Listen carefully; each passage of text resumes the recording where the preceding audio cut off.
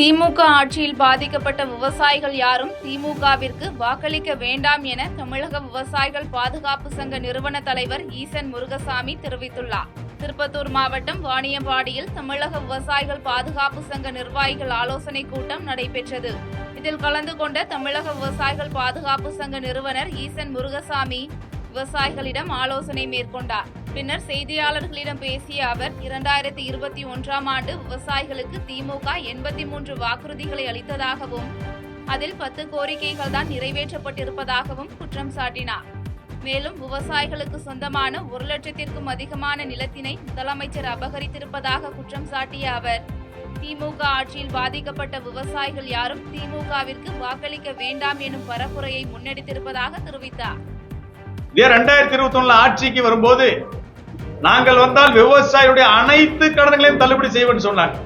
ஆனா செஞ்சது என்னன்னா, அதுக்கு முன்னாடி ஆட்சியில் எடப்பாடியார் தள்ளுபடி செஞ்சுட்டு போன கடனுக்கான பணத்தை மட்டுமே ஒதுக்கிட்டு அவர்கள் வாக்குறுதி கொடுத்த மாதிரி மற்ற கடன்கள் எல்லாம் தள்ளுபடி செய்யப்படாம பயிர் கடனை மட்டுமே தள்ளுபடி செஞ்சுட்டு விவசாயிகள் ஏமாத்திட்டு போயிட்டாங்க.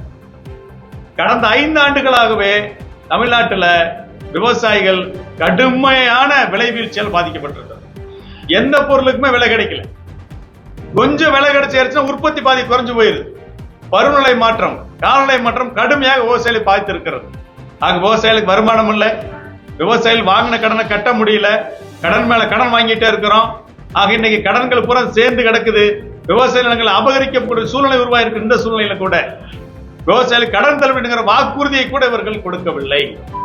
ஆக ஒட்டுமொத்த விவசாயிகள் விரோத அரசாக இந்த திமுக அரசு விலகிக் கொண்டிருக்கிறது. கண்டிப்பாக இந்த சட்டமன்ற தேர்தலில் திமுக தோற்கடிக்கப்படும். ஒட்டுமொத்த தமிழ்நாட்டு விவசாயிகள் நாங்கள் வாக்களிப்பதற்கு திமுகவிற்காக வாக்களிப்பதற்கு தயாராக இல்லை. கண்டிப்பாக திமுகவை தோற்கடிப்போம் என்பதை இந்த ஊடகவியலாளர் சந்திப்பு வேளையில் நாங்கள் தெரிவித்தோம். செய்திகளை உடனுக்குடன் தெரிந்து கொள்ள கீழ்கண்ட கேபிள் மற்றும் டிடிஎச் நெட்வொர்க்குகளில் எம்நாடு செய்தி தொலைக்காட்சியை காணுங்கள். பாதகம் செய்பவரை கண்டால் நாம் பயம் கொள்ளலாகாது பாப்பா. மோதி மிதித்துவிடு பாப்பா, அவர் முகத்தில் உமிழ்ந்து விடு பாப்பா. அண்மை செய்திகளை உடனுக்குடன் தெரிந்து கொள்ள இணைந்திருங்கள் எம்நாடு தொலைக்காட்சியுடன்.